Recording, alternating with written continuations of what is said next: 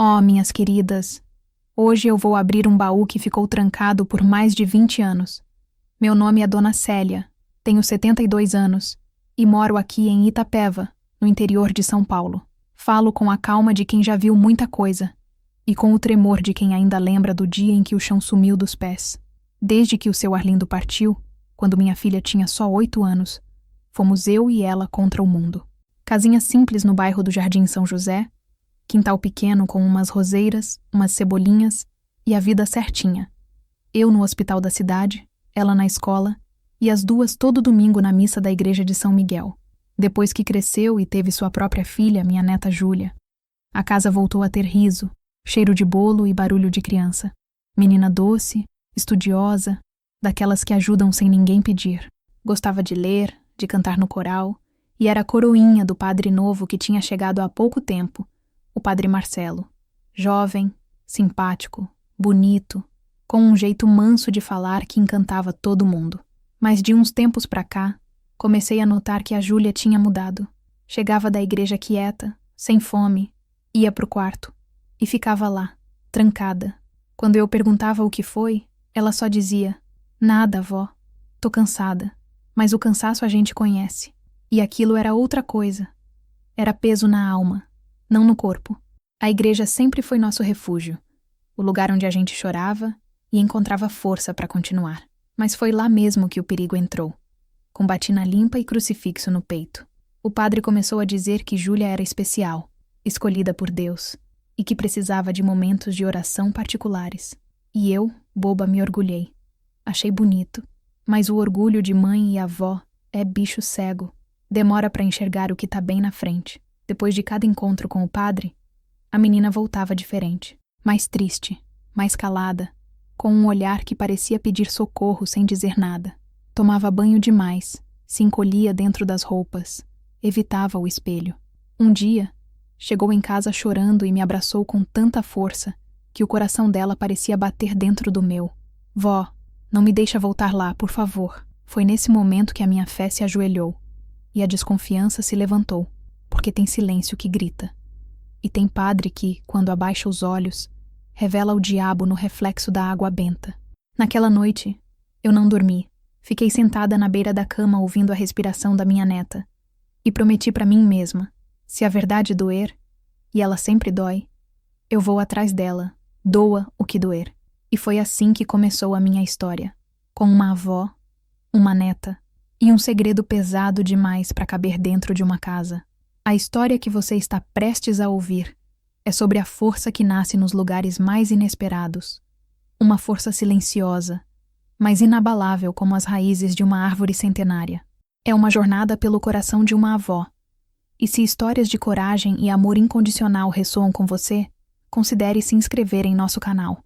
Assim, você não perde nenhum dos nossos relatos, que, como este, nos lembram do poder que todos carregamos dentro de nós. Agora, vamos para Itapeva, onde um grito silenciado está prestes a ecoar. O ar dentro da casa paroquial era pesado, denso com o cheiro de cera de vela derretida, incenso antigo e algo mais. Um medo palpável, quase visível, que parecia se agarrar às paredes escuras de madeira e aos retratos de santos, cujos olhos de tinta a óleo pareciam julgar a cena que se desenrolava.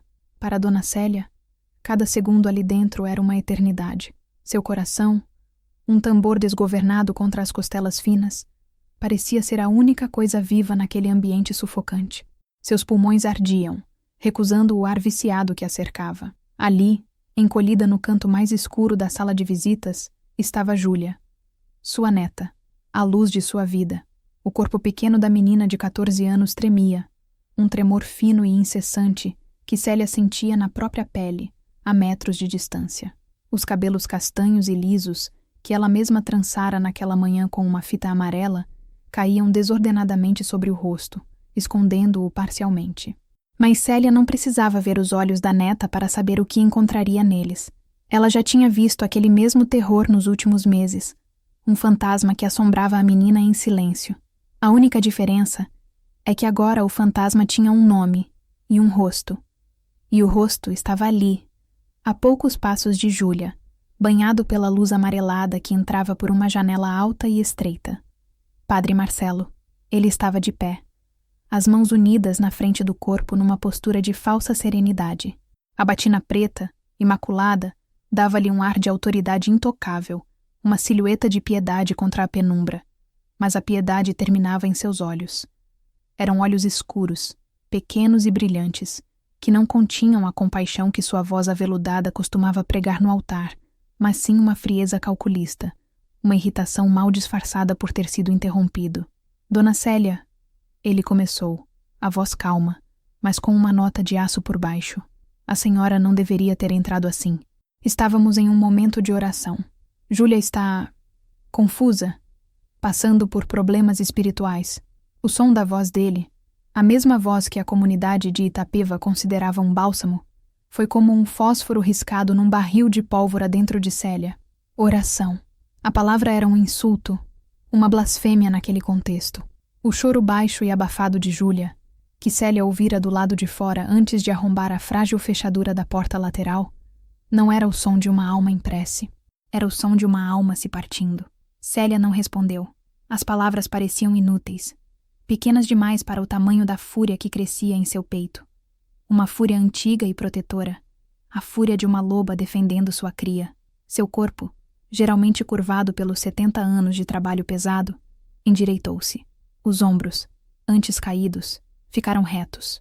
O olhar, normalmente gentil e cansado, transformou-se em duas brasas incandescentes fixas no padre. Ela deu um passo à frente e o padre instintivamente recuou um pouco, a máscara de calma começando a rachar.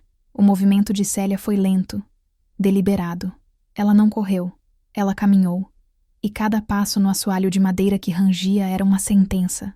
Ela ignorou o padre, seu foco total na pequena figura no canto. Júlia, sua voz saiu rouca, um sussurro que cortou o ar tenso. Vem, minha filha, vamos para casa. Júlia levantou a cabeça. O rosto estava manchado de lágrimas. Os olhos, enormes e aterrorizados, encontraram os da avó.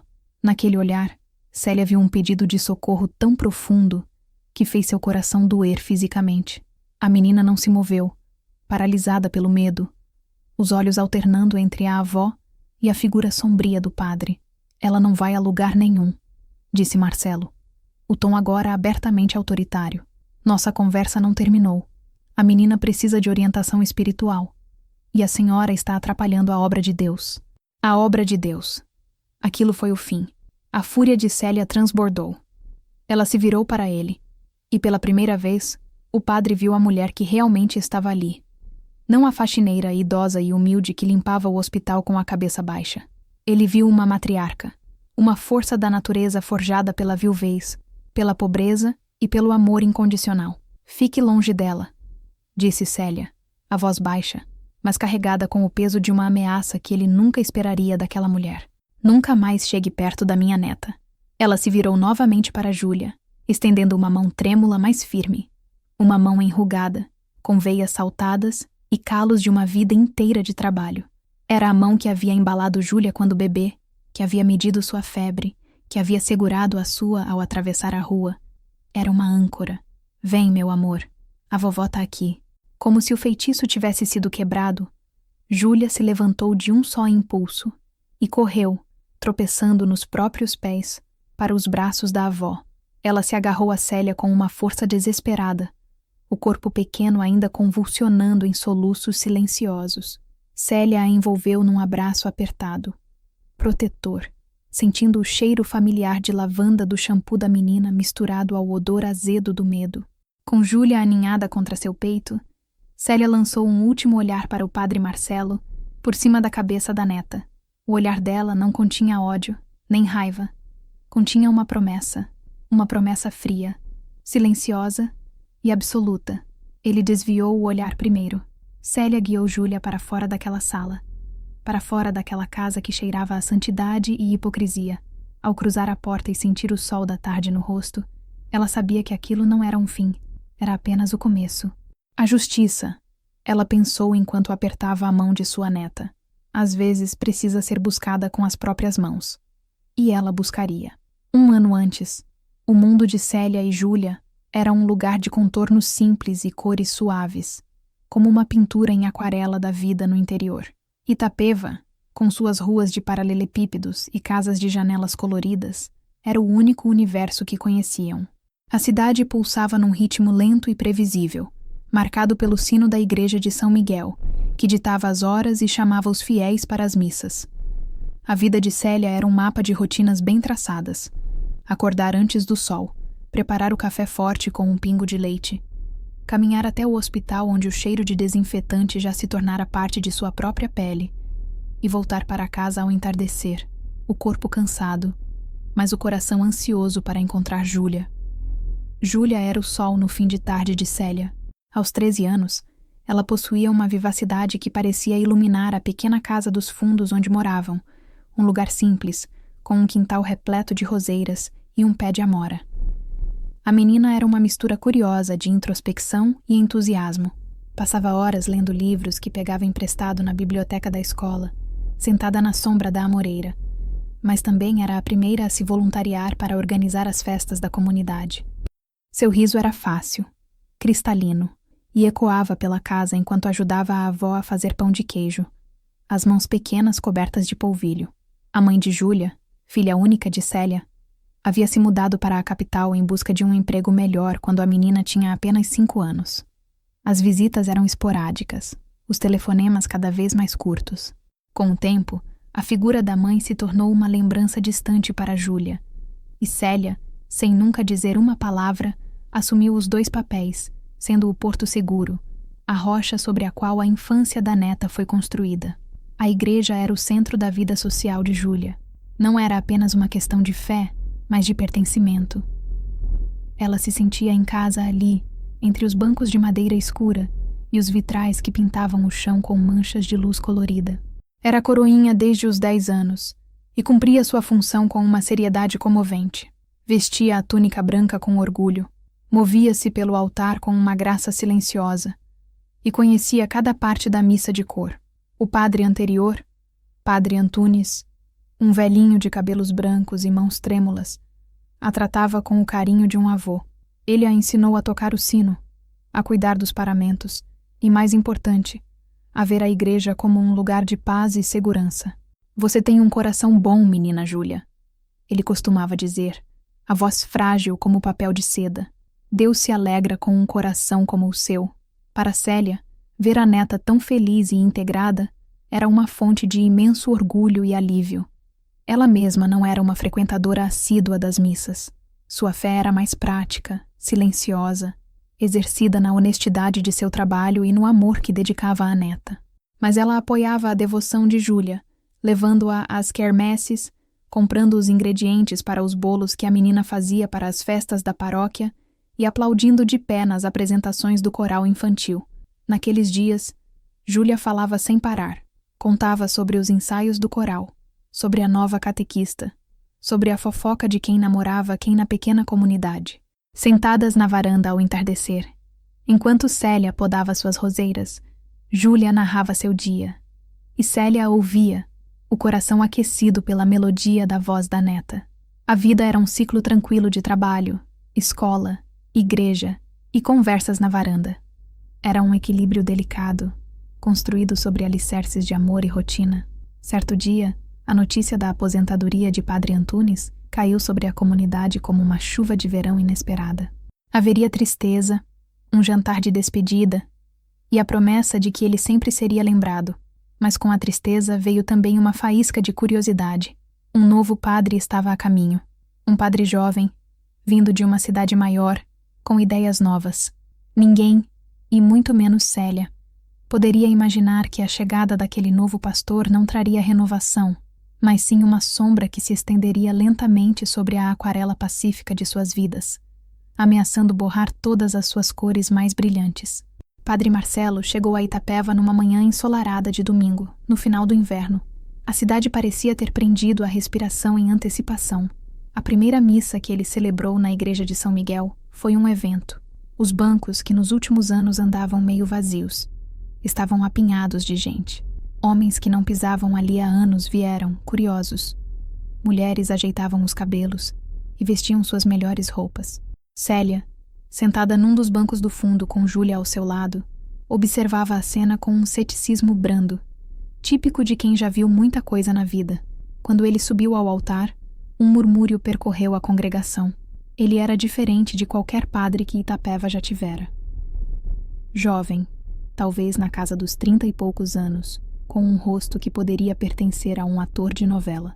Cabelos pretos e bem cortados. Um sorriso fácil que mostrava dentes perfeitamente alinhados. E olhos escuros que pareciam fazer contato com cada pessoa na multidão. Sua batina estava impecável, e ele se movia com uma confiança e uma energia que Padre Antunes não tinha há décadas. Sua voz, quando começou a falar, preencheu a igreja. Não era a voz monótona e cansada a que estavam acostumados. Era uma voz forte, eloquente, que subia e descia em tons dramáticos, capturando a atenção de todos. Ele não leu o sermão, ele o proferiu de cor, gesticulando, caminhando pelo altar, olhando diretamente para as pessoas. Falou sobre renovação, sobre comunidade, sobre a importância de trazer os jovens para perto de Deus. Sua mensagem era moderna, acessível. Ele citou filmes, mencionou problemas do dia a dia e fez piadas que arrancaram risadas genuínas dos fiéis. "Uau, vó, ele é incrível!" sussurrou Júlia, os olhos brilhando de admiração. Célia apenas assentiu, um sorriso contido nos lábios. Era bom ver a neta tão empolgada. Ao final da missa, Padre Marcelo não se retirou para a sacristia. Ele foi até a porta da igreja e cumprimentou cada pessoa que saía, um por um. Apertava as mãos, olhava nos olhos, perguntava os nomes e os memorizava. Quando chegou a vez delas, ele sorriu para Célia e depois se agachou um pouco para ficar na altura de Júlia. "E você deve ser a famosa Júlia", ele disse, o sorriso se alargando. "Padre Antunes me falou muito sobre sua dedicação. É uma honra ter uma coroinha tão especial em nossa paróquia." Júlia corou, dos pés à cabeça. Gaguejou um "Obrigada, padre", e saiu andando rápido, puxando Célia pela mão, visivelmente encantada e envergonhada. Célia observou a interação. Havia algo em seu carisma que era quase estudado, profissional demais, mas ela afastou o pensamento. Era apenas seu velho ceticismo falando mais alto. A cidade precisava de um sopro de vida nova, e talvez aquele homem fosse exatamente isso. Nas semanas que se seguiram, a popularidade do Padre Marcelo explodiu. Ele organizou um grupo de jovens, reformou o salão paroquial com a ajuda de voluntários, começou a visitar os doentes e os idosos em suas casas. Ele parecia estar em todos os lugares ao mesmo tempo, sempre com uma palavra de conforto, uma solução para um problema, um sorriso cativante. As mulheres da cidade suspiravam por ele, os homens o respeitavam e os jovens o adoravam. Ele era a personificação da esperança e da modernidade para a pacata Itapeva. Célia o via de longe. No hospital, ele aparecia para dar a extrema unção, e as enfermeiras comentavam sobre como ele era gentil e atencioso. No supermercado, ele parava para conversar com todos, tratando a todos pelo nome. Ele conquistou o rebanho com uma maestria impressionante, e o membro mais devoto de seu novo rebanho era, sem dúvida, Júlia. A admiração inicial da menina se transformou em uma devoção fervorosa. Ela passava ainda mais tempo na igreja, não apenas como coroinha, mas ajudando o padre a organizar seus papéis, a limpar a sacristia, a preparar as aulas de catequese. Para Júlia, Padre Marcelo era mais do que um padre. Ele era um mentor, um amigo, quase um herói. Célia, vendo a alegria renovada da neta, sentia-se grata. Aquele padre parecia ser uma bênção. Ele estava incentivando os estudos de Júlia, elogiando sua inteligência, dizendo que ela tinha um futuro brilhante. Ele a fazia se sentir especial. E Célia, que sempre quis que a neta tivesse todas as oportunidades que ela nunca teve, não poderia pedir mais. Ela só não percebeu, na época, que o pastor que parecia tão dedicado a proteger suas ovelhas era, na verdade, um lobo. E ele já havia escolhido o cordeiro mais dócil e confiante do rebanho para si. O verão chegou a Itapeva com seu calor úmido e suas tardes longas, preguiçosas. O pé de amora no quintal de Célia estava carregado, e os dedos de Júlia viviam manchados de roxo. A vida parecia seguir seu curso normal, mas Célia começou a notar pequenas mudanças. estalos quase imperceptíveis na rotina estabelecida. A princípio, eram coisas que ela facilmente descartava. Júlia, que sempre fora tão aberta sobre suas atividades na igreja, começou a ficar mais reservada. Quando Célia perguntava como tinha sido seu dia na paróquia, as respostas se tornaram mais curtas. Foi bom, vó. A gente organizou uns livros. Normal. O fluxo constante de histórias sobre o coral, os amigos e as fofocas diminuiu até se tornar um riacho fino, quase seco. Certo dia, Célia encontrou Júlia sentada na varanda, o olhar perdido no horizonte, um livro aberto no colo, intocado por um bom tempo. Havia uma sombra em seus olhos que Célia não reconheceu. Tá tudo bem, meu amor? Célia perguntou, sentando-se ao lado dela e pegando uma de suas mãos. A mão da menina estava fria, apesar do calor abafado. Júlia pareceu sobressaltada, como se tivesse sido arrancada de um transe. Tá, avó. Só tô pensando na prova de matemática de amanhã. A desculpa era plausível, mas o tom não convenceu Célia completamente. Depois, vieram as aulas particulares. Padre Marcelo, segundo Júlia, havia se oferecido para lhe dar aulas de reforço em latim e teologia. Ele disse que eu tenho potencial, vó, que eu aprendo rápido e que posso ajudar outras crianças depois. Ela explicou, com um entusiasmo que parecia um pouco forçado. As aulas aconteciam na casa paroquial, 2 vezes por semana, no final da tarde. Célia achou a iniciativa nobre. Um padre tão ocupado dedicando seu tempo para ajudar uma de suas paroquianas. Era mais uma prova de sua bondade. No entanto, algo a incomodava. Júlia voltava dessas aulas diferente. Mais quieta, mais cansada. Seus olhos pareciam maiores, mais escuros, e ela ia direto para o quarto, dizendo que precisava estudar mais ou que estava com dor de cabeça. A primeira semente real de dúvida foi plantada numa noite de quinta-feira. Júlia tinha acabado de voltar de uma de suas aulas. Célia estava na cozinha, preparando o jantar, o cheiro de alho e cebola refogando no ar. Júlia entrou em silêncio, deixou a mochila no chão e foi em direção ao quarto. Júlia, o jantar tá quase pronto. Fiz sua sopa de mandioquinha preferida, disse Célia sem se virar. Tô sem fome, vó. Vou deitar um pouco. A voz dela veio abafada, distante. Célia se virou, a colher de pau na mão. Você não comeu nada desde o almoço. Precisa se alimentar, menina. Eu comi um lanche na casa do padre. Ela respondeu rápido demais. Ah, é? E o que o padre te deu de lanche? Célia perguntou, tentando manter o tom casual. Houve uma pausa. Um silêncio que se esticou por alguns segundos. Bolo de fubá, Júlia disse, finalmente. Mas Dona Benta, a senhora que cozinhava para o padre, só fazia bolo de fubá às terças. Célia sabia disso porque era ela quem lhe passara a receita. Era uma mentira pequena, quase insignificante, mas era uma mentira. E Júlia nunca mentia para ela. Célia não disse nada. Apenas observou a neta desaparecer no corredor. O cheiro do refogado de repente pareceu enjoativo. Ela desligou o fogo, sentindo um frio estranho se instalar em seu estômago. Por que Júlia mentiria sobre algo tão trivial como um pedaço de bolo? Nos dias seguintes, Célia começou a observar com mais atenção. Notou como Júlia se encolhia sutilmente quando o padre a tocava no ombro para parabenizá-la por uma leitura na missa. Notou como ela evitava seu olhar durante o sermão. Notou que a fita amarela que ela tanto gostava de usar no cabelo havia desaparecido. Ela perguntou sobre a fita, e Júlia apenas deu de ombros, dizendo que a tinha perdido. Eram pequenas coisas, fragmentos, peças de um quebra-cabeça que Célia ainda não conseguia montar, mas cujo contorno a enchia de um pressentimento sombrio. O riso fácil de sua neta tinha desaparecido, substituído por sorrisos tensos e rápidos. A luz em seus olhos estava se apagando lentamente, sendo substituída por uma cautela, um medo que ela tentava esconder a todo custo. Célia sentia que estava perdendo sua neta para uma névoa que não conseguia dissipar. A igreja, que antes era o refúgio seguro de Júlia, agora parecia a fonte de sua angústia. E o pastor, o homem que todos admiravam e confiavam, estava no centro de tudo isso. A semente da dúvida, regada por pequenas mentiras e silêncios inexplicáveis, começou a germinar no coração de Célia, crescendo em uma trepadeira de medo e suspeita que apertava seu peito dia e noite. O outono chegou, pintando as árvores de Itapeva com tons de amarelo e laranja, e trazendo um vento frio que parecia anunciar a mudança de estação, não apenas no clima, mas na alma da pequena casa de Célia. A distância entre ela e Júlia, antes uma fissura sutil, havia se tornado um abismo.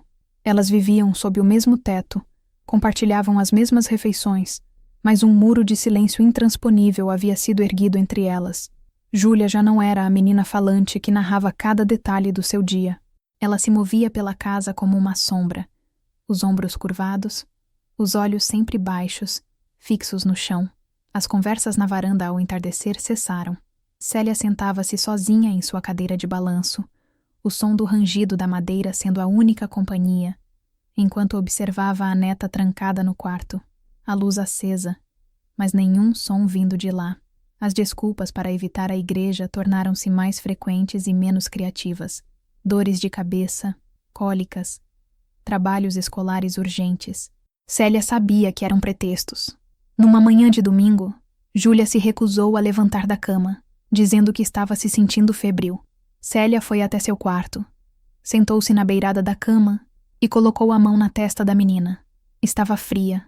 Você não está com febre, Júlia? Célia disse, a voz suave, mas firme. Mas eu não me sinto bem, vó. A menina insistiu, virando o rosto para a parede. É por causa do padre? Célia arriscou, o coração batendo mais forte. O corpo de Júlia enrijeceu sob o cobertor. Não! O que o padre tem a ver com isso? Eu só tô cansada.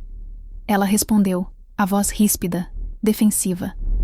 A reação foi mais reveladora do que qualquer confissão. Célia sentiu um nó na garganta.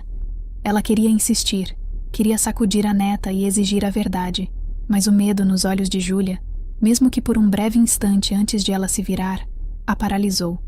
Era um medo tão profundo, tão primitivo, que Célia temeu que se forçasse a porta, a quebraria por dentro. Então, ela recuou.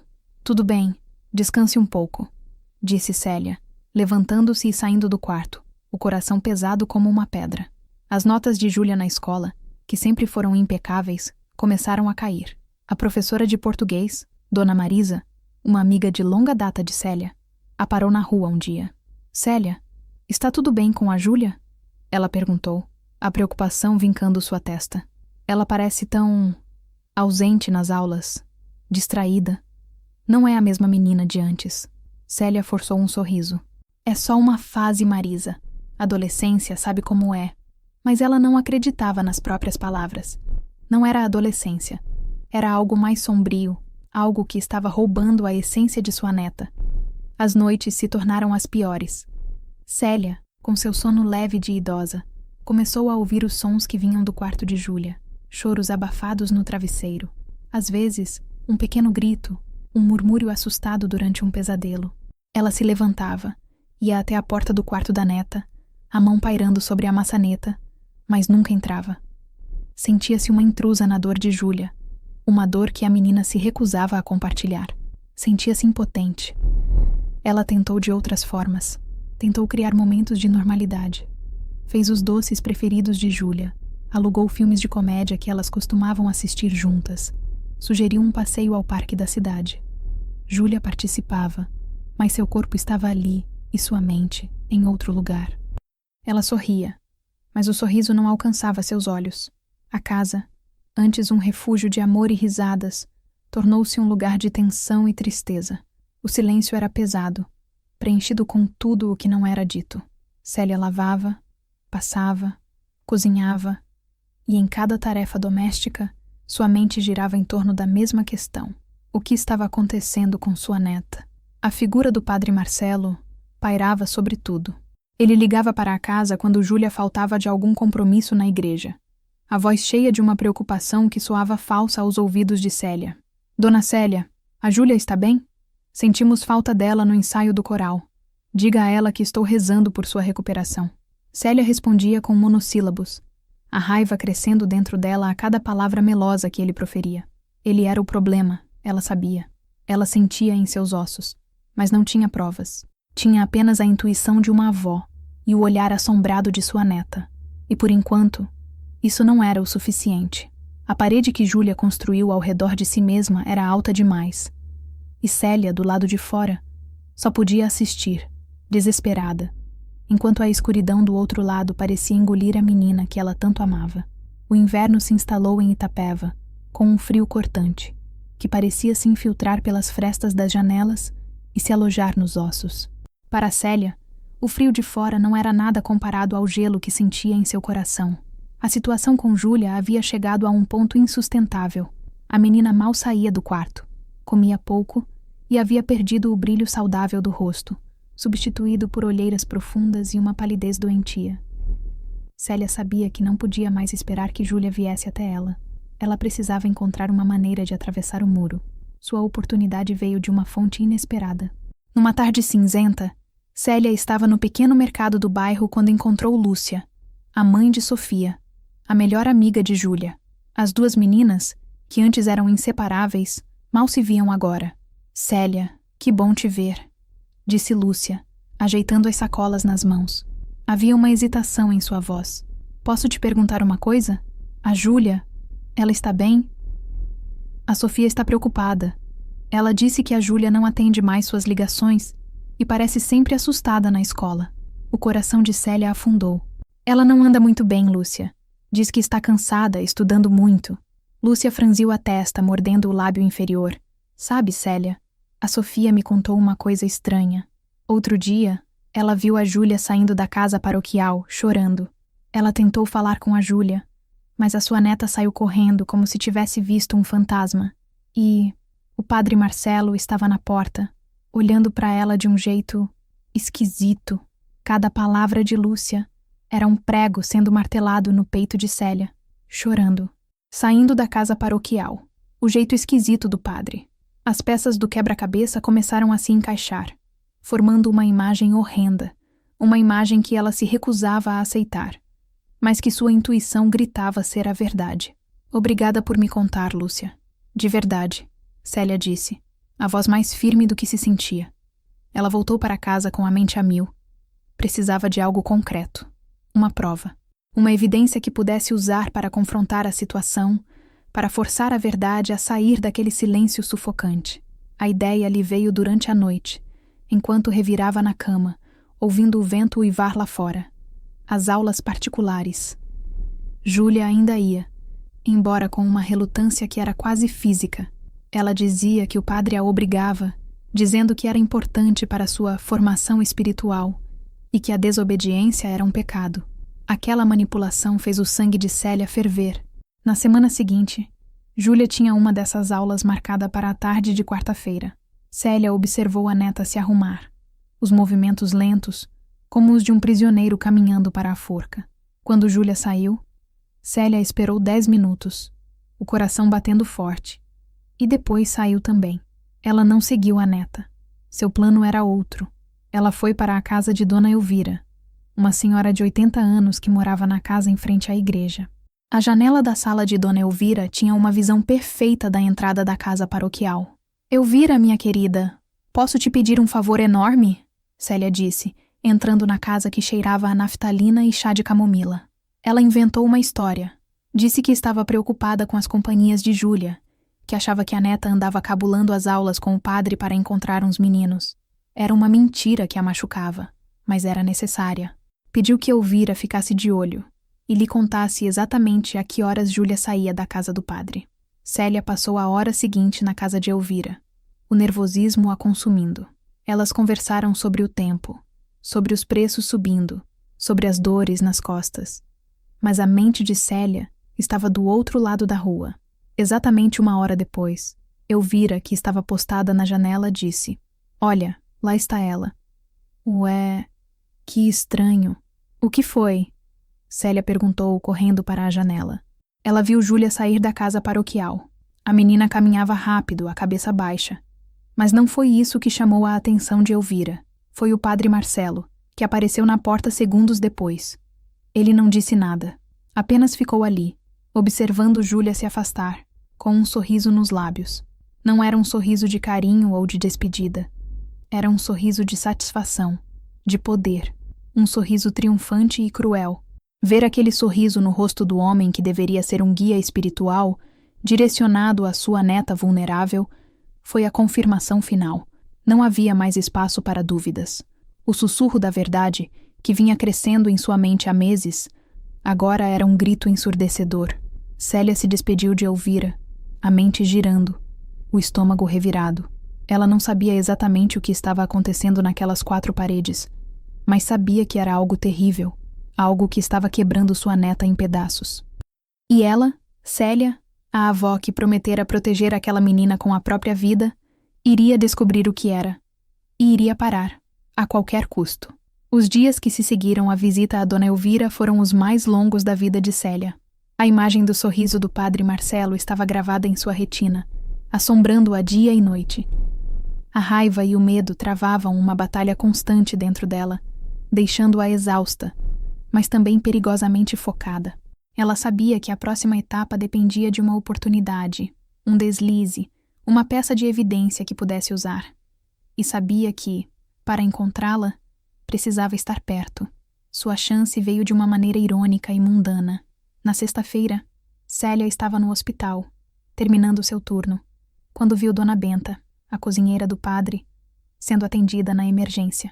A senhora havia escorregado na cozinha e torcido o tornozelo. Ai, Célia! E logo agora! Lamentou Benta, enquanto uma enfermeira enfaixava seu pé inchado.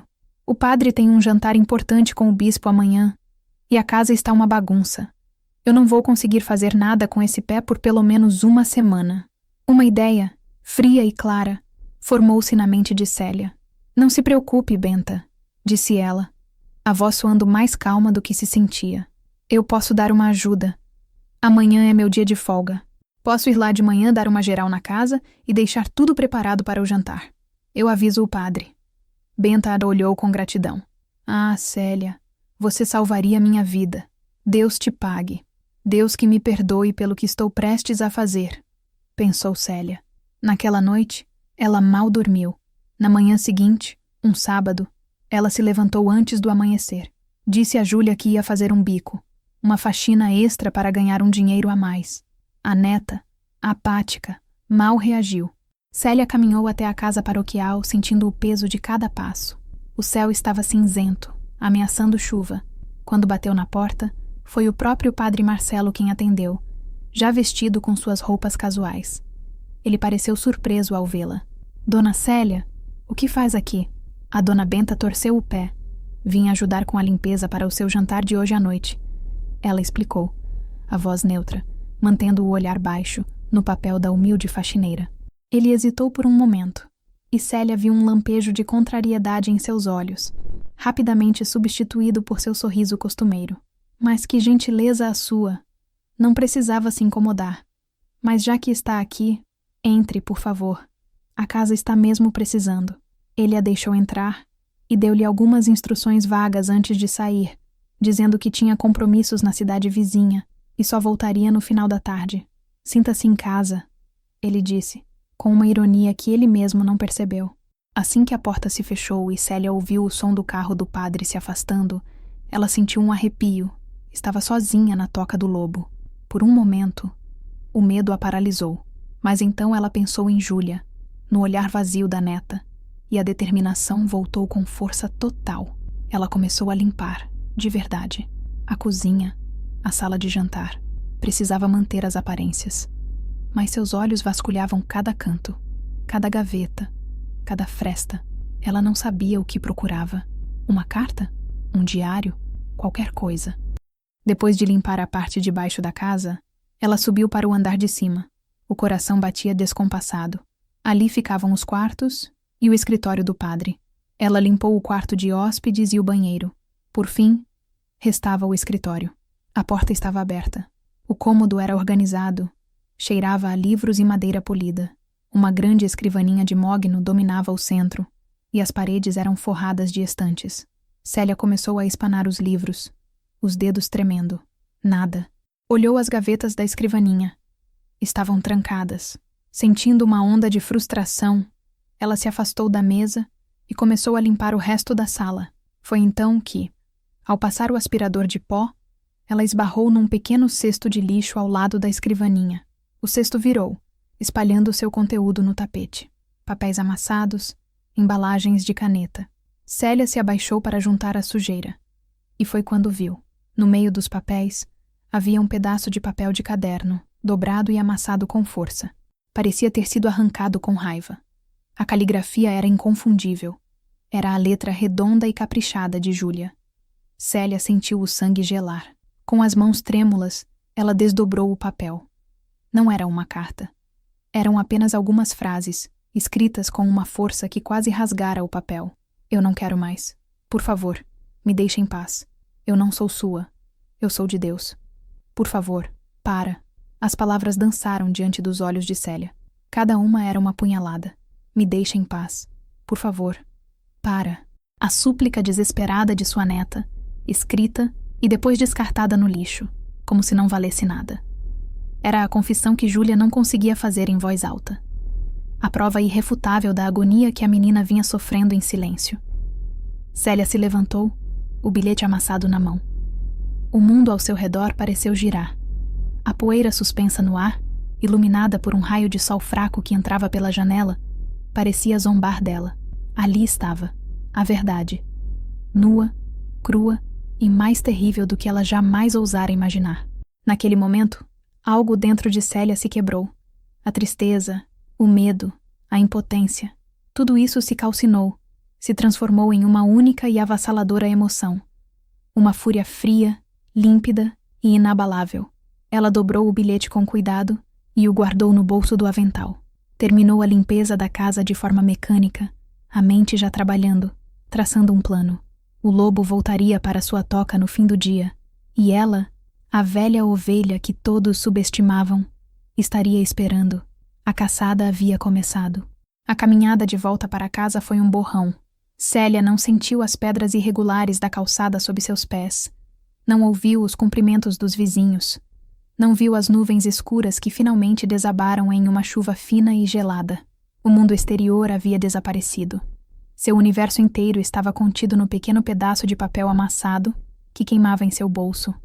Um talismã de dor e resolução.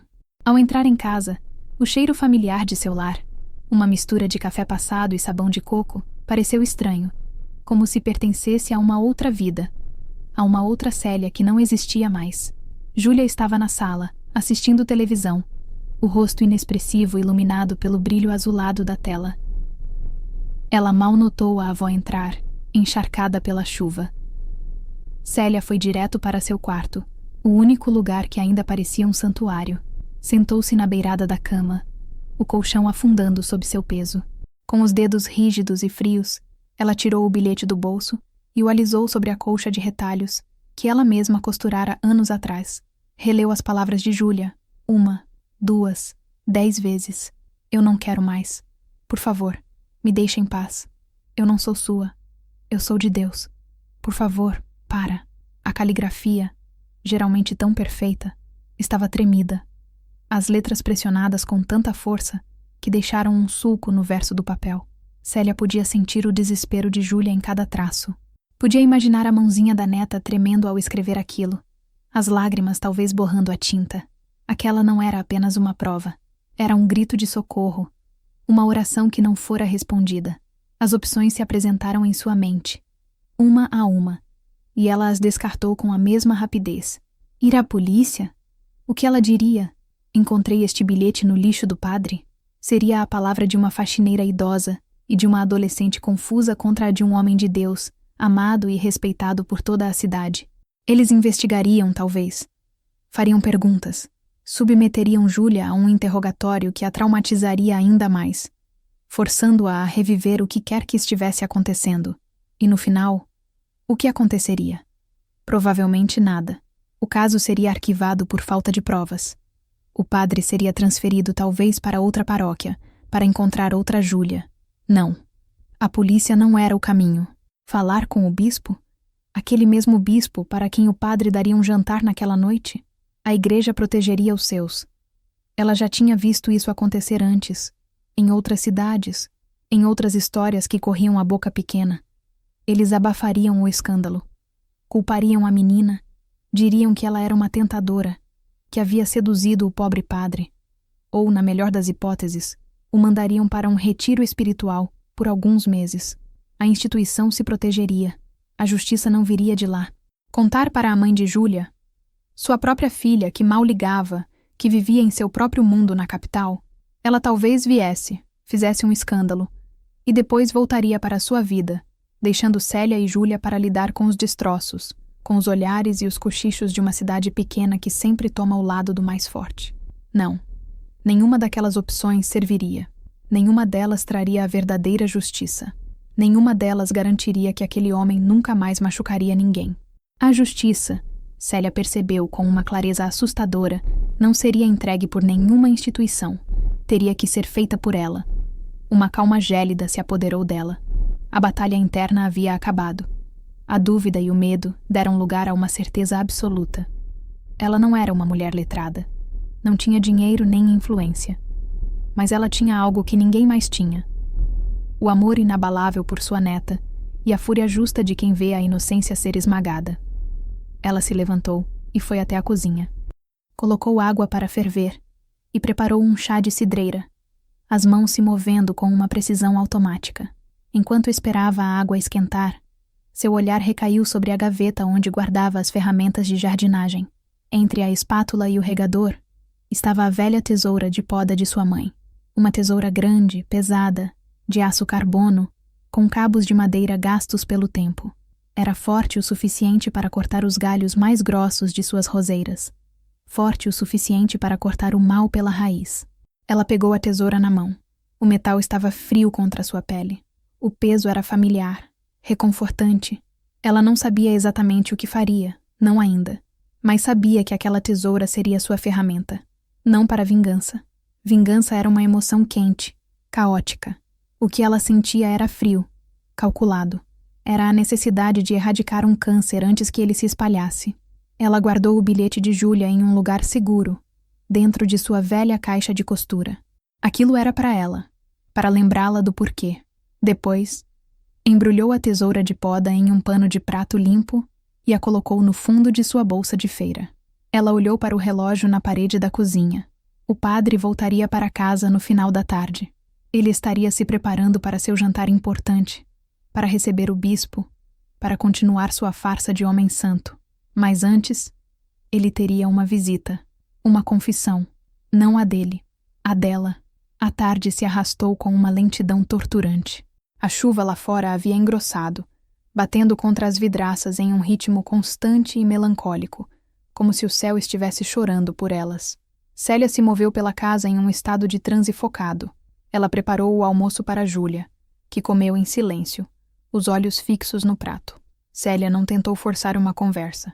As palavras pareciam inadequadas, triviais. Havia um oceano de dor não dita entre elas. E Célia sabia que só poderia começar a esvaziá-lo depois que a fonte do veneno fosse estancada. Depois do almoço, enquanto Júlia se refugiava novamente em seu quarto, Célia se sentou em sua cadeira de balanço na varanda coberta, observando a chuva lavar o mundo. A bolsa de feira, com seu conteúdo pesado e sinistro, repousava a seus pés. Ela não sentia medo. O medo havia sido queimado, deixando apenas cinzas e uma determinação dura como diamante. O que ela sentia era uma estranha paz, a calma que precede a batalha, a clareza de quem sabe exatamente o que precisa ser feito, não importa o custo. Seu pensamento se voltou para o passado, para as lições que a vida lhe ensinara. Lembrou-se de seu marido, um homem bom, mas fraco, que se curvava diante dos patrões e aceitava as injustiças do mundo com um suspiro resignado. Célia sempre fora diferente. Ela não tinha a força física dele, mas possuía uma resiliência de aço. Foi ela quem enfrentou o gerente da fazenda quando tentaram pagar menos do que o combinado.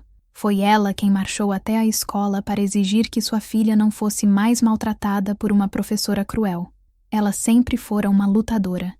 Embora suas batalhas fossem pequenas, domésticas, travadas nos bastidores da vida. Lembrou-se de sua mãe, uma mulher de poucas palavras e mãos fortes, a dona original da tesoura de poda. Tem erva daninha que não adianta só arrancar a folha, Célia, sua mãe dizia, enquanto cuidavam do pequeno jardim. Tem que cortar a raiz, senão ela volta mais forte. A voz de sua mãe ecoava em sua mente, não como uma lembrança, mas como uma instrução. O mal que afligia sua neta era uma erva daninha, uma trepadeira venenosa que se enrolava na alma de Júlia, sufocando-a. E Padre Marcelo era a raiz. Ela pensou nas consequências. Pensou na possibilidade de ser presa, de ser julgada, de passar o resto de seus poucos anos de vida em uma cela. A ideia não a assustou.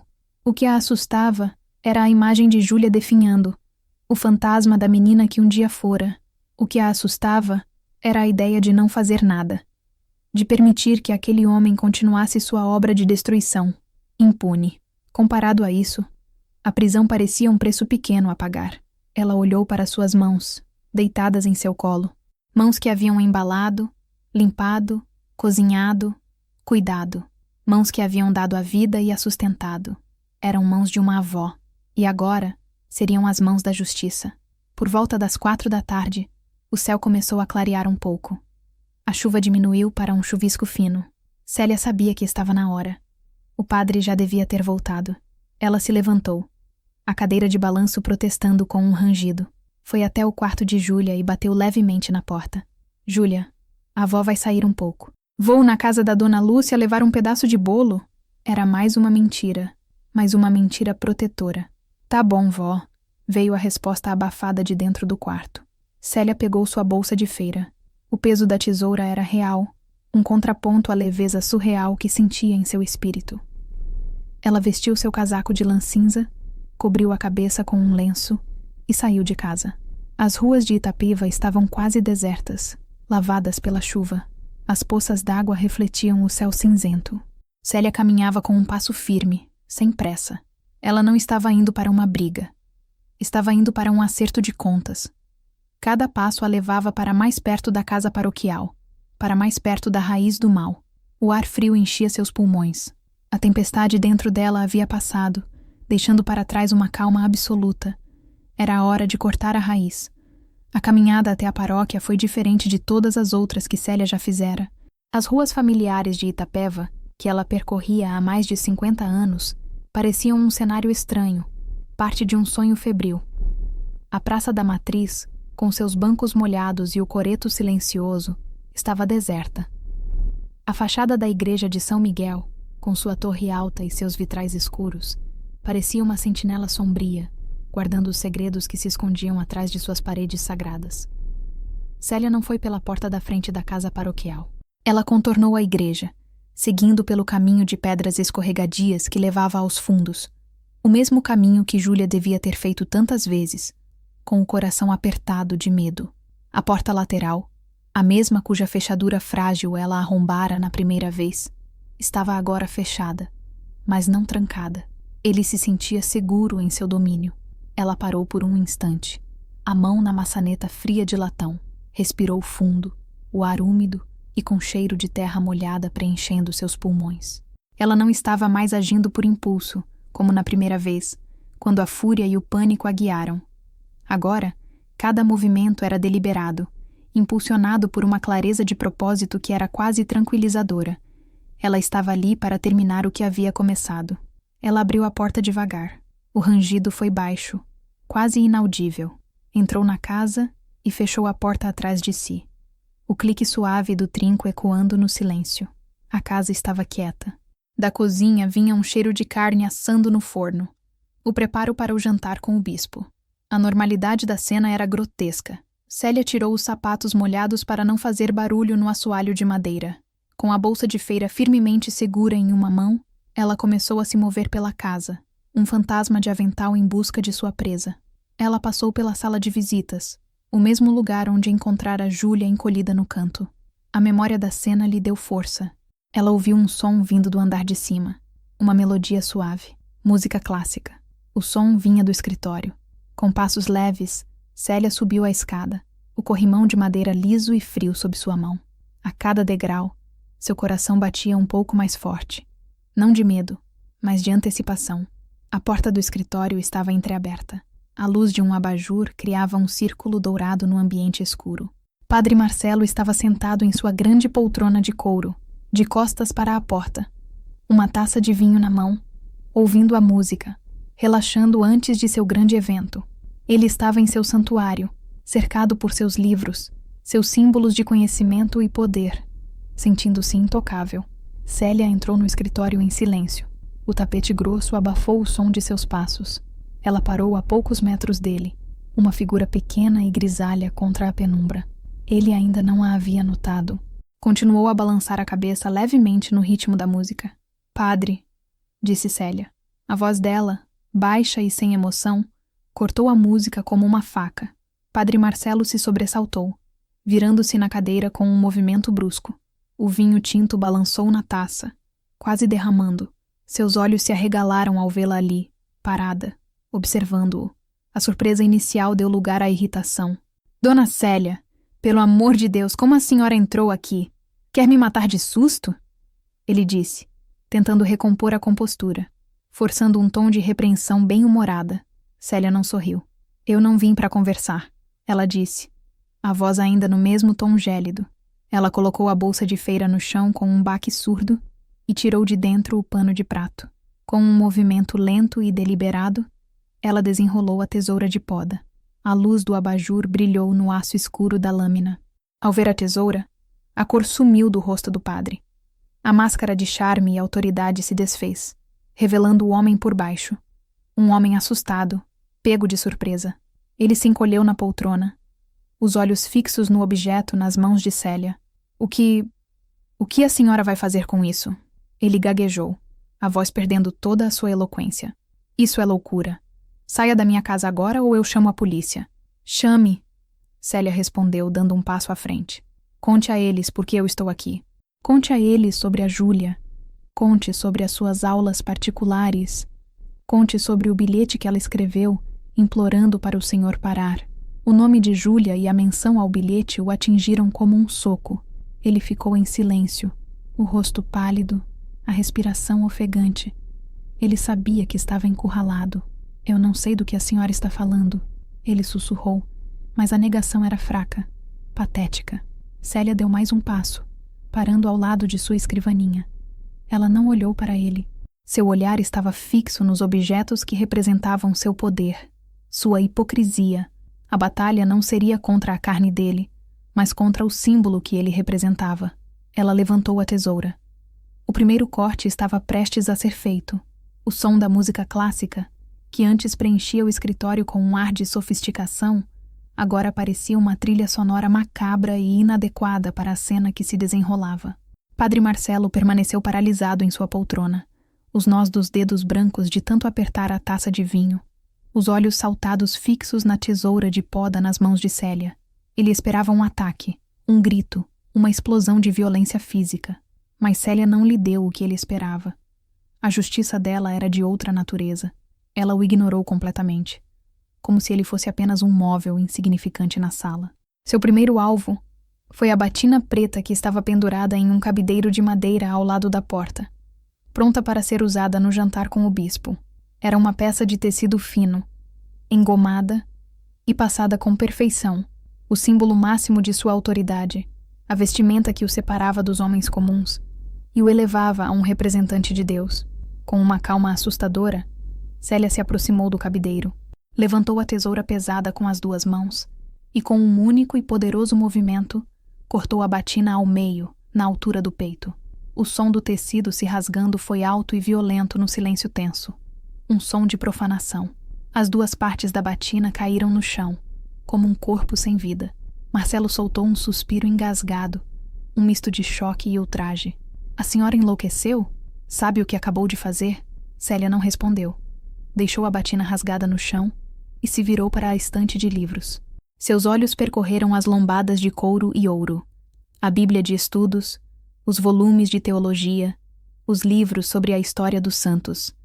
Eram as ferramentas de seu ofício, as fontes de suas palavras manipuladoras, as armas que ele usava para distorcer a fé e justificar seus atos. Ela pegou o livro mais pesado, a grande Bíblia de capa de couro que ele usava no altar. Colocou-a sobre a escrivaninha. Abriu-a ao meio, e com uma força que surpreenderia quem visse sua figura frágil, começou a cortar as páginas. As lâminas da tesoura mastigavam o papel fino, destruindo os salmos, os evangelhos, as epístolas. Não era um ato contra Deus, ela pensou. Era um ato contra o homem que usava aquelas palavras sagradas como um escudo para sua perversidade. Pare, ele gritou, finalmente se levantando da poltrona, o vinho derramando no tapete. Isso é um sacrilégio. Pare com isso, sua velha louca. Ele deu um passo em direção a ela. mas parou abruptamente quando Célia se virou e apontou a tesoura em sua direção, não como uma ameaça de ataque físico, mas como uma barreira, um aviso. O olhar dela era tão frio e desprovido de medo que ele recuou, tropeçando nos próprios pés.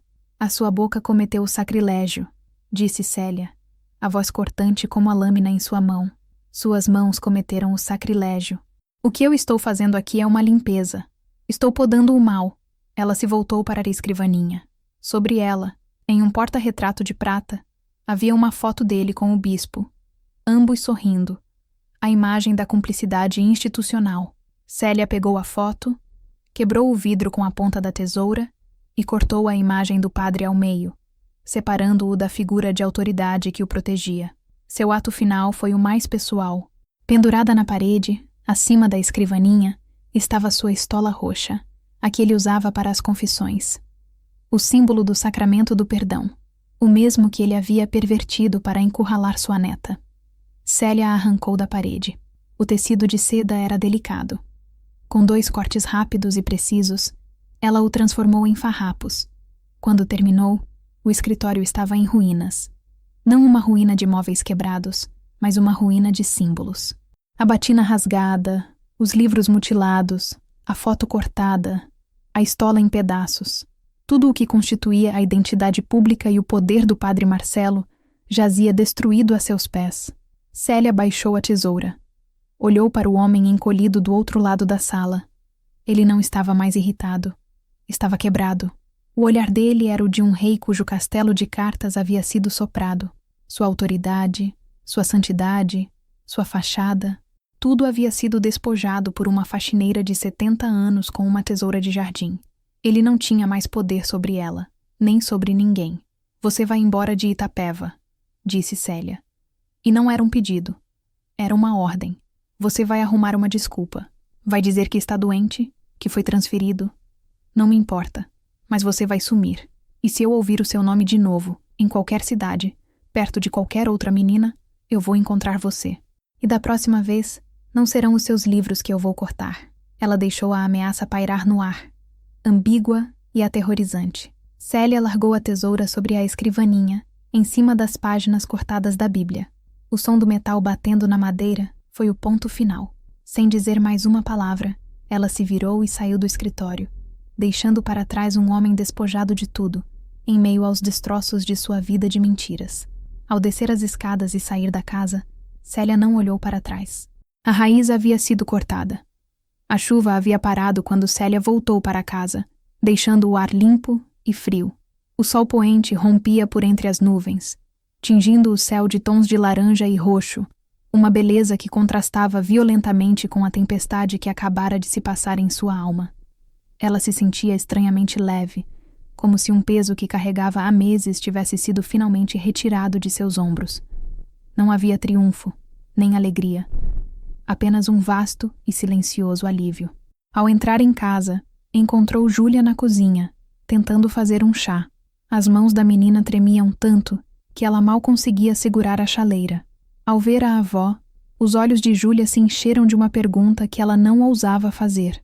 Célia foi até ela e, com gentileza, pegou a chaleira de suas mãos. Deixa que eu faço, meu amor.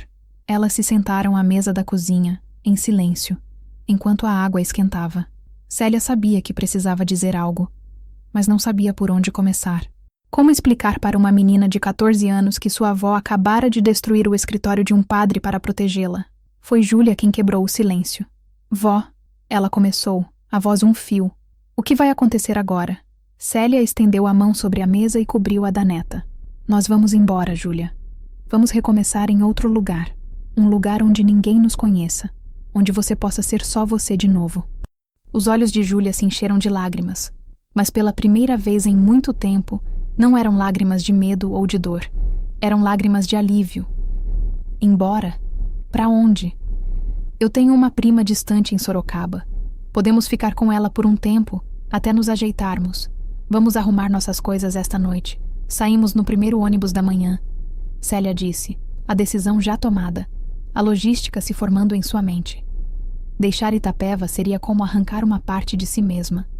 Era a cidade onde nascera, onde se casara, onde criara sua filha e sua neta. Era o lugar de todas as suas memórias, boas e ruins, mas a cidade também estava contaminada agora. Cada esquina, cada rosto, a própria torre da igreja, tudo seria um lembrete constante do que havia acontecido. Elas não poderiam se curar ali. Aquela noite foi uma atividade febril e silenciosa. Célia e Júlia se moveram pela pequena casa, embalando uma vida inteira em 2 malas grandes e algumas caixas de papelão, roupas, alguns livros, o porta-retrato com a foto dos pais de Célia, os cadernos escolares de Júlia. Cada objeto parecia carregar o peso de uma era que estava terminando. Júlia, pela primeira vez em meses, parecia ter um propósito. Ela arrumava suas coisas com uma energia renovada, como se o simples ato de empacotar fosse uma forma de deixar o passado para trás. Célia a observava, o coração apertado. A jornada de cura de Júlia seria longa e difícil, ela sabia. Mas o primeiro passo, a fuga da fonte de sua dor, estava sendo dado. No meio da arrumação, Célia parou e foi até sua caixa de costura. Pegou o bilhete amassado de Júlia. Ela pensou em queimá-lo, em destruir a última prova física daquele pesadelo, mas decidiu guardá-lo. Não como uma lembrança da dor, mas como um lembrete de sua própria força, do que ela era capaz de fazer por amor. Por volta da meia-noite, tudo estava pronto. As malas junto à porta, a casa estranhamente vazia e silenciosa. Célia fez um último café e elas se sentaram juntas no sofá. Vó, disse Júlia de repente. Obrigada. A palavra era simples, mas carregava um universo de significado. Carregava a gratidão por ter sido vista, por ter sido ouvida mesmo em seu silêncio, por ter sido defendida. Célia apenas a abraçou, forte. Eu sempre vou te proteger, meu anjo. Sempre.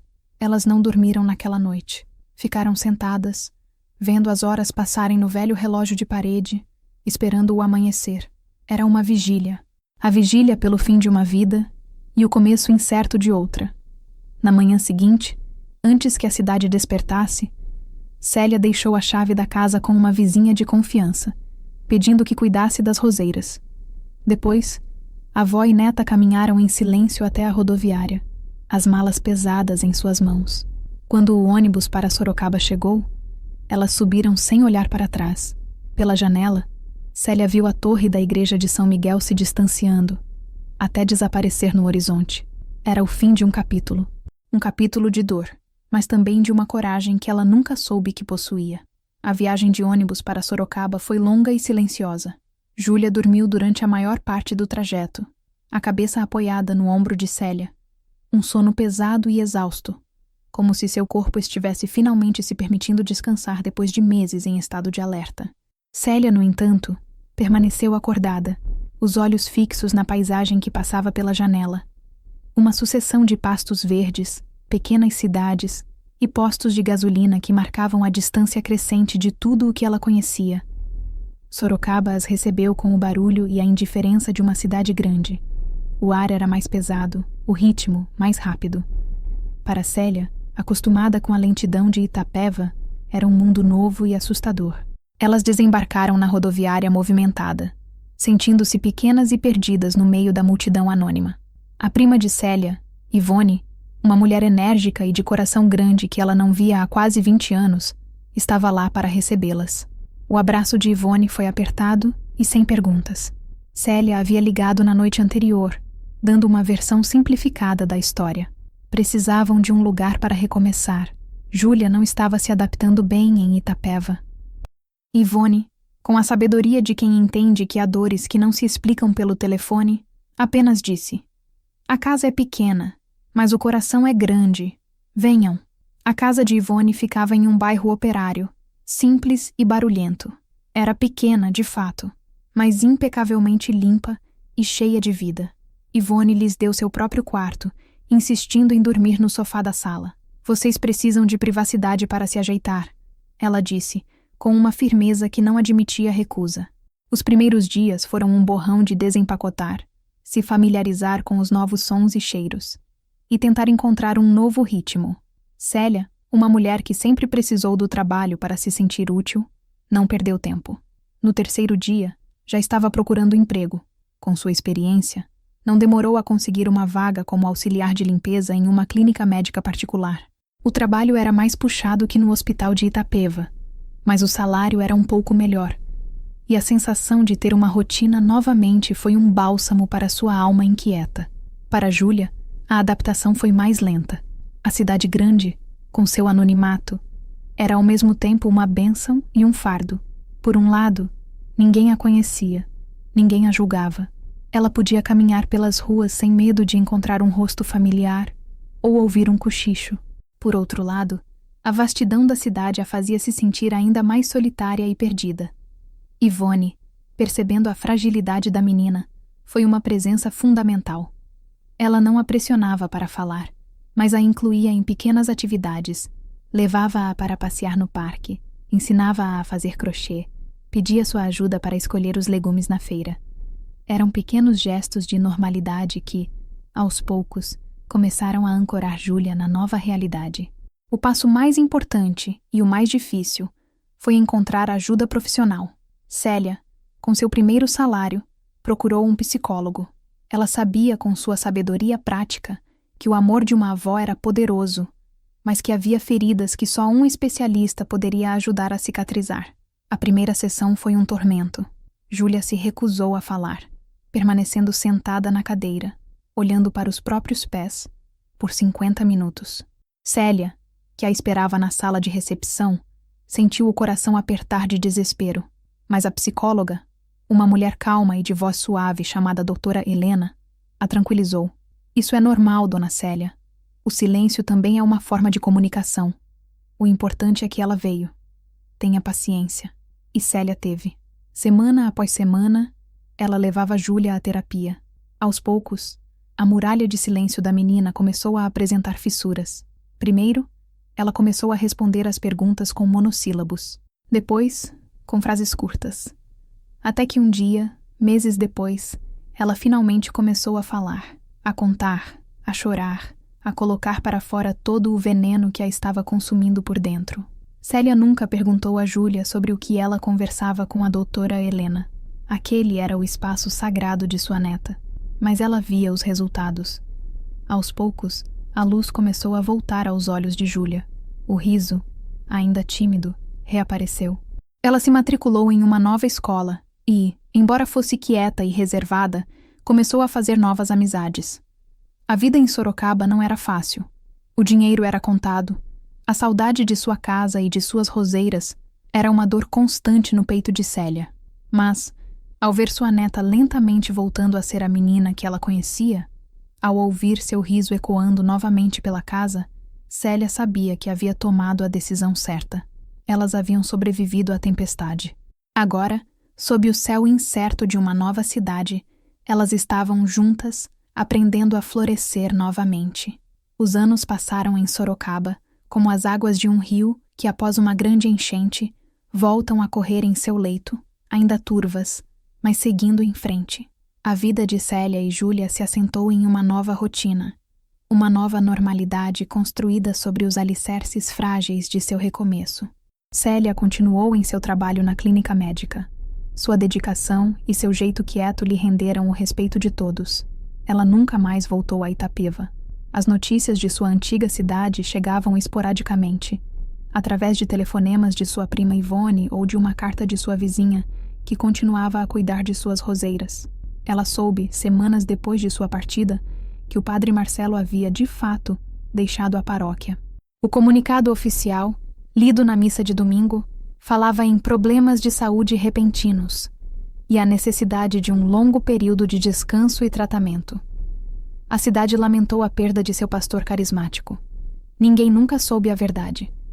Célia guardou esse segredo no fundo de sua alma, um fardo que carregava sozinha. Júlia, por sua vez, floresceu de uma maneira que Célia jamais poderia ter imaginado. A terapia com a doutora Helena foi a âncora que a permitiu navegar pelas águas turbulentas de sua adolescência. A dor não desapareceu magicamente. Ela se transformou. As cicatrizes permaneceram, mas em vez de serem fontes de vergonha e medo, tornaram-se um mapa de sua própria resiliência. Na escola, ela se tornou uma aluna excepcional. A mesma inteligência e sede de conhecimento que o padre Marcelo tentara usar para manipulá-la, ela agora usava como suas maiores armas. Mergulhou nos livros, especialmente nos de psicologia e sociologia, tentando entender as complexidades da mente humana, o que leva uma pessoa a ajudar e outra a ferir. O relacionamento entre avó e neta se aprofundou, tornando-se algo ainda mais forte do que era antes. A comunicação entre elas era muitas vezes silenciosa, baseada em olhares, em gestos, em uma compreensão mútua que transcendia as palavras. Elas nunca falaram abertamente sobre o que Célia fez naquela tarde no escritório do padre. Júlia nunca perguntou, e Célia nunca contou. Mas Júlia sabia. Ela via na força inabalável de sua avó, no olhar protetor que nunca a abandonava, que Célia havia lutado por ela de uma forma que ninguém mais faria. E Célia via na determinação de Júlia em se curar e em construir um futuro para si mesma a maior validação de seu ato. Quando chegou a hora de escolher uma profissão, a decisão de Júlia foi imediata e inabalável. Ela prestou vestibular para psicologia. "Eu quero ajudar pessoas, vó", ela disse a Célia, na noite em que o resultado foi divulgado e seu nome estava na lista de aprovados. "Quero ajudar meninas que passaram por coisas difíceis. Quero ser para elas o que a doutora Helena foi para mim. Quero mostrar a elas que é possível se curar." Célia a abraçou, os olhos marejados de um orgulho que mal cabia em seu peito. A erva daninha não havia conseguido destruir a flor. Pelo contrário, da terra ferida, a flor estava crescendo mais forte, mais determinada, com o propósito de espalhar sementes de cura ao seu redor. A universidade foi um período de grande transformação para Júlia. Ela se tornou uma jovem mulher articulada, confiante e ferozmente inteligente. Especializou-se em psicologia clínica, com foco no atendimento a vítimas de abuso e trauma. Em seus trabalhos e seminários, ela falava com uma autoridade e uma empatia que vinham não apenas dos livros, mas de sua própria experiência vivida. Célia assistiu a tudo isso com um sentimento de assombro e gratidão. A menina que ela resgatara, trêmula e quebrada, daquela sala escura na casa paroquial, estava se tornando uma força de cura no mundo. A justiça que Célia fizera com suas próprias mãos, num ato solitário de desespero e amor, estava agora se multiplicando através de sua neta, de uma forma muito mais ampla e duradoura. A raiz do mal havia sido cortada, e no lugar, um jardim de esperança começava a brotar. Célia estava com 68 anos quando a notícia chegou. A vida em Sorocaba havia se tornado sua nova realidade. Ela havia se aposentado do trabalho na clínica, mas não conseguia ficar parada. Passava os dias cuidando do pequeno jardim que cultivava nos fundos da casa que ela e Júlia, agora formada e trabalhando, haviam conseguido alugar. Era um jardim modesto, mas tinha suas roseiras, um elo com a vida que deixara para trás. Júlia, aos 26 anos, era uma psicóloga respeitada em uma organização não governamental que oferecia apoio a mulheres e crianças em situação de vulnerabilidade. Era um trabalho emocionalmente desgastante, mas ela o fazia com uma paixão e uma dedicação que inspiravam a todos ao seu redor. A noite em que o passado voltou para assombrá-las era uma noite comum de terça-feira. Célia estava na sala, tricotando um cachecol, enquanto o Jornal da Noite passava na televisão com o volume baixo. Júlia estava na cozinha, preparando o jantar. O cheiro de refogado enchia o ar. Era uma cena de domesticidade pacífica, o fruto de anos de luta e cura. De repente, uma reportagem na televisão chamou a atenção de Célia. O apresentador falava sobre a prisão de um ex-padre em uma cidade no interior de Minas Gerais, acusado de múltiplos casos de abuso contra menores ao longo de vários anos. A câmera focou em uma foto do homem sendo levado por policiais. O tricô caiu das mãos de Célia. O ar pareceu ser sugado de seus pulmões. O rosto na tela era mais velho, mais pesado, os cabelos mais grisalhos nas têmporas. Mas era inconfundível. Era ele, Padre Marcelo. A voz do repórter continuava, listando as cidades por onde ele havia passado depois de deixar Itapeva. Cidades pequenas, comunidades devotas, onde ele repetira seu padrão de manipulação e abuso, deixando um rastro de vidas destruídas. A prisão só aconteceu porque desta vez, um grupo de vítimas, agora mulheres adultas, decidiu se unir e quebrar o silêncio. Júlia saiu da cozinha, enxugando as mãos em um pano de prato, atraída pelo silêncio súbito na sala. "Vó, o que foi?" Seus olhos seguiram o olhar paralisado de Célia para a tela da televisão. Ela viu a foto. Seu corpo enrijeceu instantaneamente. O pano de prato caiu no chão. Por um momento, Ela não foi a psicóloga forte e confiante. Foi novamente a menina de 14 anos, encolhida no canto da sala escura. Célia se levantou e desligou a televisão, mergulhando a sala na penumbra. O silêncio que se seguiu foi pesado, carregado com o peso de uma década de memórias reprimidas. Você está bem, meu amor? Célia perguntou, a voz rouca. Júlia não respondeu imediatamente. Ela caminhou até a janela e ficou olhando para a escuridão lá fora. Célia esperou, dando-lhe o espaço de que precisava. Quando Júlia finalmente se virou, seus olhos não continham medo. Havia dor, sim, uma dor antiga que havia sido reavivada. Mas havia também uma resolução fria que Célia reconheceu. Era a mesma resolução que ela mesma sentira anos atrás. Eu sabia que não era a única, Júlia disse, a voz baixa, mas firme. Na terapia eu sempre soube. Predadores não têm uma única vítima. Eles têm um padrão. Ela se aproximou e sentou-se ao lado de Célia no sofá. Pegou as mãos trêmulas da avó nas suas. Ele não pode mais machucar ninguém, vó. Acabou. Mas Célia sentia um turbilhão de emoções conflitantes. Alívio, porque ele finalmente estava onde deveria estar. Raiva, uma raiva imensa e impotente por todas as outras meninas que ela não pôde proteger. E culpa, uma culpa irracional, mas avassaladora. Eu devia ter feito mais, sussurrou Célia, as lágrimas finalmente vindo. Eu devia ter ido à polícia. Talvez se eu tivesse falado, se eu tivesse denunciado naquela época. Júlia apertou suas mãos com força. Vó, olhe para mim, ela disse, forçando Célia a encará-la. Você fez o que podia. Você fez o que ninguém mais teria coragem de fazer. Você me salvou. Se você tivesse ido à polícia, eles teriam me exposto, me culpado, e o teriam transferido para outro lugar do mesmo jeito, só que mais discretamente. Você cortou o poder dele em Itapeva. Você me deu a chance de escapar e de me curar. Não carregue essa culpa. Você salvou uma, e agora eu passo a minha vida inteira tentando salvar as outras. O que você começou, eu continuo. Nós somos uma equipe, lembra? As palavras de Júlia, ditas com a sabedoria de uma terapeuta e o amor de uma neta, foram um bálsamo para a alma ferida de Célia. Ela olhou para a jovem mulher à sua frente, tão forte, tão resiliente, e viu o legado de seu ato de amor. A justiça tardia do mundo era importante. Mas a verdadeira justiça, para Célia, sempre seria aquela, a vida que sua neta estava construindo, uma vida dedicada a transformar a escuridão em luz. O eco do passado havia chegado, não para destruí-las, mas para reafirmar a força do laço que as unia. Naquela noite, o sono não veio para nenhuma das duas. Depois da notícia, a rotina foi quebrada. O jantar foi esquecido na cozinha, e a casa ficou mergulhada em uma quietude pensativa. Elas permaneceram sentadas na sala, na penumbra, a única luz vindo de um abajur no canto, criando longas sombras que dançavam nas paredes. Por muito tempo, não disseram nada.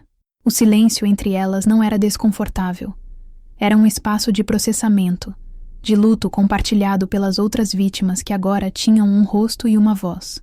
Célia observava o perfil de Júlia, recortado contra a janela. A menina que ela criara não existia mais. Em seu lugar, estava uma mulher cuja força a assombrava e a enchia de orgulho. Você já pensou em procurá-las? Célia perguntou, a voz suave, quebrando o silêncio. As outras, as que denunciaram. Júlia demorou a responder, ponderando a pergunta.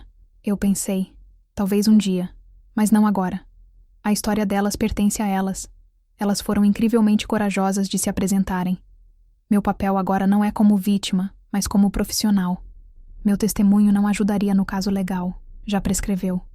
Mas meu trabalho pode ajudar outras a encontrar a mesma coragem.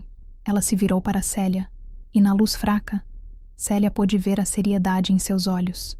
Sabe, vó, por muito tempo eu me senti suja, quebrada, como se ele tivesse roubado algo de mim que eu nunca poderia ter de volta. A inocência, talvez. A fé. Célia sentiu uma pontada de dor. A dor de uma ferida que nunca cicatriza completamente.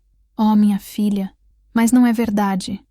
Júlia a interrompeu com uma firmeza gentil. Ele não roubou nada. Ele tentou. Mas ele não conseguiu, porque você não deixou. O que ele me deu foi trauma. O que você me deu foi a prova de que o amor é mais forte que o mal. E essa é uma lição muito mais poderosa do que qualquer sermão que ele já pregou. Ela continuou. a voz ganhando força, como se estivesse organizando os pensamentos em voz alta, tanto para Célia quanto para si mesma. Ele usava Deus como arma. Ele pegava as coisas mais puras, fé, obediência, o desejo de agradar, e as torcia, as transformava em ferramentas de controle. Ele me fez sentir que, se eu dissesse não, eu estaria desapontando a Deus, que o silêncio era uma forma de santidade. Célia fechou os olhos, lembrando-se do bilhete. Eu sou de Deus. A tentativa desesperada de Júlia de se apegar à sua fé, mesmo quando o representante dessa fé a estava destruindo. Mas o Deus em que eu acredito hoje, vó, disse Júlia, não é o Deus dele. O meu Deus estava na sua fúria protetora naquele dia. Estava nas suas mãos me tirando daquela sala. Estava na sua coragem de largar tudo para trás por mim. Estava na sua paciência enquanto eu me curava. Se existe santidade no mundo, ela se parece com isso, com o amor de uma avó. As lágrimas que Célia havia segurado por tanto tempo agora corriam livremente por seu rosto enrugado.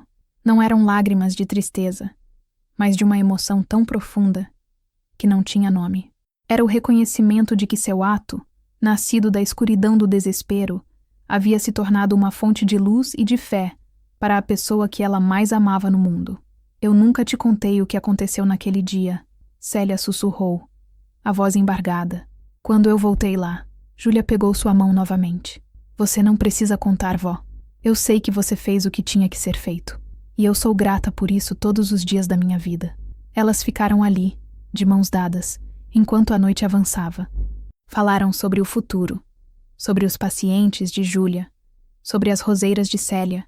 Falaram sobre a vida, que continuava, teimosa e resiliente.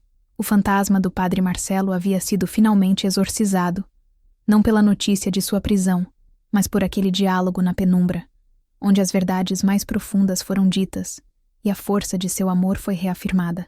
Quando finalmente se levantaram para ir dormir, a casa parecia mais leve, o ar mais fácil de respirar.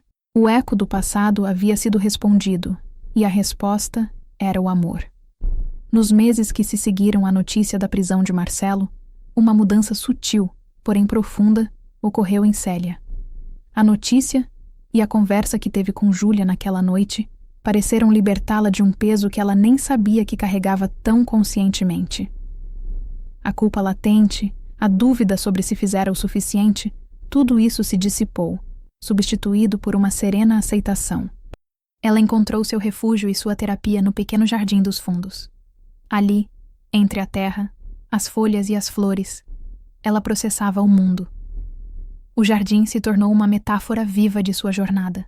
Ela passava horas sob o sol, as mãos cobertas de terra, o chapéu de palha protegendo seu rosto enrugado. Cuidava de cada planta com uma dedicação quase religiosa. Havia as ervas daninhas, que ela arrancava com uma determinação implacável, vendo em cada uma delas um mal que precisava ser cortado pela raiz antes que sufocasse as plantas boas. Havia as pragas, os pulgões e as lagartas, que ela combatia com misturas caseiras, uma batalha paciente contra as forças que buscavam destruir a beleza. Mas seu maior orgulho eram as roseiras. Ela havia conseguido algumas mudas de sua antiga vizinha de Itapeva, que as enviara pelo correio, embrulhadas em jornal úmido. Eram descendentes diretas das rosas que sua mãe cultivara, um elo tangível com seu passado. Cuidar delas era um ritual. Ela afofava a terra, adubava, regava. E, o mais importante, ela podava. Com a mesma tesoura de poda que um dia usara como instrumento de justiça, ela agora removia os galhos secos, os doentes, as flores murchas. Era um ato de destruição necessária para promover um novo crescimento. Às vezes a gente precisa cortar para fortalecer, para dar espaço para o novo brotar mais bonito. Ela explicava a Júlia, que às vezes se sentava em um banquinho para observá-la. Júlia entendia perfeitamente a metáfora. Ela via como a avó, ao podar um galho morto, estava ensinando, sem palavras, que é preciso remover o que não serve mais, o que está doente, para que a vida possa florescer. Via como, ao regar as plantas, ela reafirmava a necessidade de nutrição e cuidado constantes para a cura. O jardim de Célia não era perfeito. Havia falhas, espaços onde as sementes não vingavam, flores que eram comidas por insetos. mas era um jardim vivo, vibrante, um testemunho da resiliência da natureza, assim como elas. Certo dia, Júlia chegou em casa do trabalho e encontrou Célia radiante. Uma das roseiras de Itapeva, que parecia estar morrendo, havia produzido um botão, um pequeno nó de cor vermelha aveludada, prometendo desabrochar. "Olha, Júlia", Célia disse, apontando com o dedo sujo de terra. "Eu achei que a gente ia perder ela, mas ela é forte. A raiz é boa." Júlia sorriu, um sorriso genuíno e cheio de amor. "Assim como a gente, vó. A nossa raiz é boa." Naquele pequeno pedaço de terra em Sorocaba, Célia recriou não apenas o jardim de sua antiga casa, mas um santuário de cura. Era ali que ela encontrava sua paz, que conversava com Deus em sua própria linguagem, a linguagem da terra e dos ciclos da vida. E era ali que ela ensinava a Júlia e a si mesma a lição mais importante de todas, que mesmo após o inverno mais rigoroso, a primavera sempre chega, que mesmo dos galhos mais podados, as flores mais belas podem nascer. 4 anos se passaram desde a noite em que viram a notícia na televisão. Célia agora tinha 72 anos, os cabelos completamente brancos, os movimentos mais lentos, mas os olhos ainda carregavam a mesma centelha de força. Júlia, com 30 anos, havia se tornado uma referência em sua área. Ela não apenas clinicava, mas também dava palestras em escolas e universidades, educando jovens e futuros profissionais sobre os sinais de abuso e a importância de criar ambientes seguros. Certo dia, Júlia recebeu um convite inesperado. Uma universidade em uma cidade próxima a Itapeva a convidara para ser a oradora principal em um simpósio sobre saúde mental na infância e adolescência. A coincidência da localização a atingiu como uma onda. Voltar para perto de onde tudo aconteceu. Ela hesitou. A ideia de retornar àquela região despertava fantasmas que ela pensava estarem adormecidos. Ela conversou com Célia sobre isso, sentadas na varanda, enquanto o sol da tarde dourava o jardim. "Eu não sei, vó. Parece estranho. Voltar para lá." Célia a olhou por um longo tempo, o olhar sábio e perscrutador. "Você não é mais a menina que saiu de lá, Júlia. Você está voltando como uma mulher que tem algo importante a dizer. Talvez seja a hora. Talvez seja o círculo se completando." As palavras de Célia deram a Júlia a coragem de que precisava. Ela aceitou o convite. No dia do simpósio, Célia insistiu em ir com ela. "Eu não vou perder a chance de ver minha neta doutora discursando", disse ela com um orgulho teimoso. A viagem de carro foi cheia de uma nostalgia agridoce. Elas não entraram em Itapeva, mas passaram por estradas e paisagens que eram dolorosamente familiares. Ao chegarem ao campus da universidade, Júlia sentiu um nó de nervosismo no estômago. O auditório estava lotado. Professores, estudantes, psicólogos, assistentes sociais. Célia sentou-se na primeira fila, as mãos entrelaçadas no colo, o rosto sereno. Quando Júlia subiu ao palco, um silêncio respeitoso tomou conta do lugar. Ela respirou fundo, olhou para a plateia e encontrou os olhos de sua avó. Naquele olhar, ela encontrou toda a força de que precisava. Ela começou a falar. Sua voz era calma, mas cheia de autoridade e paixão. Ela não contou sua história pessoal em detalhes. Não precisava, mas a verdade de sua experiência estava impressa em cada palavra, em cada pausa, na empatia que transbordava de seu discurso. Ela falou sobre o poder do silêncio e o poder da voz. Falou sobre a importância de acreditar na criança, de observar as pequenas mudanças de comportamento, de ser um porto seguro. "O mal prospera na escuridão e no silêncio", ela disse, sua voz ecoando pelo auditório. "Ele se alimenta do medo e da vergonha que impõe às suas vítimas. A arma mais poderosa que temos contra ele é a luz. É a coragem de um adulto de ver, de ouvir e de agir. Às vezes, essa ação não vem das instituições. Às vezes, ela vem de uma professora atenta, de um amigo que não desiste, ou de uma avó que se recusa a olhar para o outro lado." Nesse momento, seu olhar se cruzou com o de Célia. Lágrimas silenciosas escorriam pelo rosto de Célia, mas ela sorria. Ao final da palestra, a plateia se levantou em um aplauso estrondoso e prolongado. Júlia ficou ali, no palco, sob as luzes, sentindo a onda de reconhecimento e gratidão. Ela não era mais uma vítima se escondendo nas sombras. Ela era uma sobrevivente, uma guerreira, uma fonte de esperança.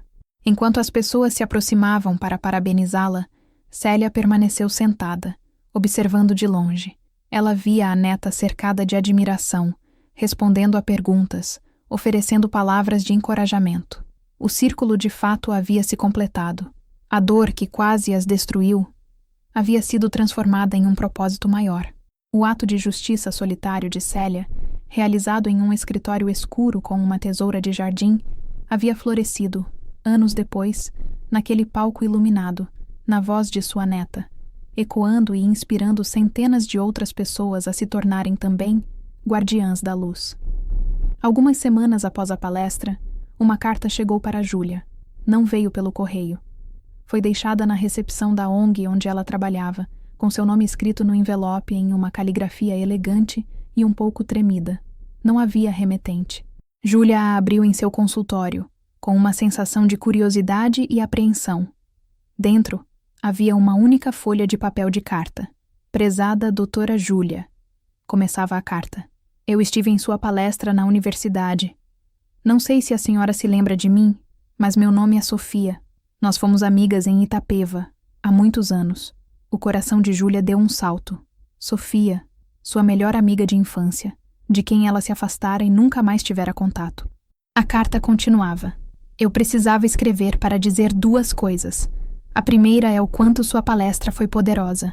O que você faz é incrível e muito necessário. A segunda é um pedido de desculpas. Eu era uma criança, eu sei, mas eu sempre me senti culpada por não ter feito mais por você naquela época. Eu via que você estava sofrendo. Eu via você saindo da casa paroquial chorando. Eu tentei falar com você, mas você fugiu. E eu me assustei. Deixei pra lá. Eu nunca deveria ter deixado pra lá. Eu sinto muito por não ter sido uma amiga melhor quando você mais precisou. Enquanto lia, as lágrimas brotaram nos olhos de Júlia. Ela se lembrava daquele dia. Lembrava-se de ter visto Sofia e de ter fugido, consumida pela vergonha e pelo medo de que sua amiga descobrisse seu segredo sujo. Eu soube que vocês foram embora de repente. A carta terminava. E por anos eu me perguntei o que tinha acontecido. Sua palestra me deu algumas respostas e muita admiração por você e por sua avó. Dona Célia sempre foi uma rocha. Espero que esta carta a encontre bem. E espero que um dia você possa me perdoar. Com carinho, Sofia. Júlia dobrou a carta e a segurou contra o peito. Aquele pequeno gesto de Sofia, vindo tantos anos depois, abriu uma porta para uma parte de seu passado que ela havia trancado. A culpa que a amiga carregava era o reflexo da vergonha que ela mesma sentira. Era mais uma corrente daquele tempo sombrio que precisava ser quebrada. Naquela noite, ela mostrou a carta para Célia. A avó a leu em silêncio, os óculos na ponta do nariz. É uma menina de bom coração, disse Célia, finalmente. O medo paralisa as pessoas, Júlia, até as de bom coração. Eu sei, vó, mas me fez pensar em todas as coisas que a gente deixa por dizer, em todos os perdões que a gente não pede ou não dá. Júlia pegou uma folha de papel e uma caneta, e sentada à mesa da cozinha, sob o olhar atento da avó, começou a escrever uma resposta para Sofia. Mas enquanto escrevia, percebeu que havia outra pessoa a quem ela precisava perdoar. Alguém que ela nunca imaginou que merecesse seu perdão, mas cuja falta estava, de alguma forma, a mantendo presa. Ela precisava perdoar a si mesma. A menina de 14 anos que se culpou, que se sentiu suja, que acreditou nas mentiras de um predador. A menina que não conseguiu falar, que não conseguiu gritar, que não conseguiu pedir ajuda. Naquele momento, em um ato silencioso e profundo, Júlia, a psicóloga de 30 anos, estendeu a mão através do tempo e abraçou a criança assustada que um dia fora. Ela a perdoou por seu silêncio, por seu medo, por sua confusão. Ela a agradeceu por ter sobrevivido. Célia observava, sem entender completamente o que se passava na mente da neta, mas sentindo a mudança na atmosfera. Sentia que uma última porta pesada estava sendo destrancada. "Tudo bem, meu amor?" ela perguntou. Júlia levantou a cabeça, os olhos brilhando com uma nova clareza. "Tudo ótimo, vó. Acho que estou finalmente livre." A carta de Sofia havia sido um presente inesperado, um catalisador para o passo final na jornada de cura de Júlia. O perdão, ela percebeu, não era para o agressor. Ele não merecia. O perdão era para si mesma e para os outros que, como ela, Foram apenas crianças assustadas no meio de uma tempestade. Era a libertação final.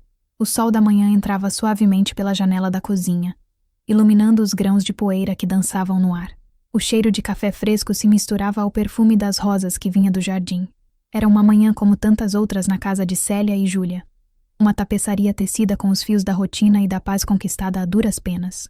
Célia, agora com 75 anos, estava sentada à mesa, as mãos envolvendo uma caneca de café quente. Suas mãos, enrugadas e manchadas pela idade e pelo trabalho na terra, contavam a história de sua vida. Eram mãos que haviam trabalhado, cuidado, lutado e, finalmente, encontrado o descanso. Júlia entrou na cozinha, já pronta para o trabalho. Deu um beijo estalado na bochecha da avó. Bom dia, minha jardineira preferida. Bom dia, minha doutora, Célia respondeu, um sorriso iluminando seu rosto. Elas tomaram café juntas, conversando sobre coisas triviais. A lista de compras, o novo paciente de Júlia, a previsão do tempo. Era na beleza dessas pequenas normalidades que elas encontravam a maior felicidade. O passado não era um fantasma que as assombrava, era uma fundação, as rochas profundas sobre as quais haviam construído suas vidas presentes. Ele estava lá, mas não as definia mais. O que as definia era o amor, a resiliência e a paz daquela cozinha ensolarada. Depois que Júlia saiu, Célia foi para seu jardim. O ar da manhã estava fresco. Ela pegou suas ferramentas. Entre elas, a velha tesoura de poda. O metal já não brilhava com uma luz sinistra. Era apenas uma ferramenta. Um objeto que passara de sua mãe para ela. Um legado de cuidado e cultivo. Ela caminhou até suas roseiras, que estavam em plena floração. Vermelhas, brancas, cor-de-rosa. Cada flor era uma pequena vitória. Ela começou seu trabalho, podando um galho seco aqui, uma folha amarelada ali. Seus movimentos eram lentos, precisos, meditativos. Ela pensou em sua vida, em todas as voltas que ela dera. Pensou na jovem Célia, cheia de sonhos. Na Célia esposa e mãe. Na Célia viúva e trabalhadora. Na Célia avó, aterrorizada e furiosa. E na Célia que era agora, uma velha senhora em paz com seu jardim. Ela não se arrependia de nada. O ato de violência simbólica que cometera anos atrás não pesava em sua consciência. Pelo contrário, ela o via como o momento mais lúcido e verdadeiro de sua vida, o momento em que seu amor se manifestou da forma mais pura e selvagem possível. Ela havia feito o que precisava ser feito para proteger o que mais amava, e se tivesse que fazer de novo, faria, sem pensar duas vezes. Um vizinho passou pelo muro baixo e a cumprimentou. Bom dia, dona Célia. Que rosas lindas a senhora tem. Célia sorriu. Obrigada. Elas dão trabalho, mas valem a pena. O segredo é cuidar bem da raiz e não ter medo de podar o que não serve. Ela continuou seu trabalho, o sol aquecendo suas costas. O som da tesoura cortando os galhos era um som limpo, um som de renovação. Ali, em seu jardim, cercada pela beleza que ela mesma cultivara, Dona Célia encontrou sua absolvição e sua paz. A justiça, ela concluiu, não vinha sempre de tribunais ou de leis. Às vezes ela vinha da terra, das mãos calejadas de uma avó, e florescia, teimosa e bela, contra todas as probabilidades. E assim, a história de Célia e Júlia nos mostra que as maiores batalhas muitas vezes são travadas em silêncio, e os heróis mais corajosos podem ser aqueles que menos esperamos. É uma prova de que, mesmo das feridas mais profundas, a força, a cura e um novo propósito podem florescer. Se esta jornada tocou você, inscreva-se no canal, deixe seu like e compartilhe nos comentários o que essa história despertou em seu coração. Sua interação nos ajuda a continuar trazendo relatos de força e resiliência como este. Obrigada por ouvir.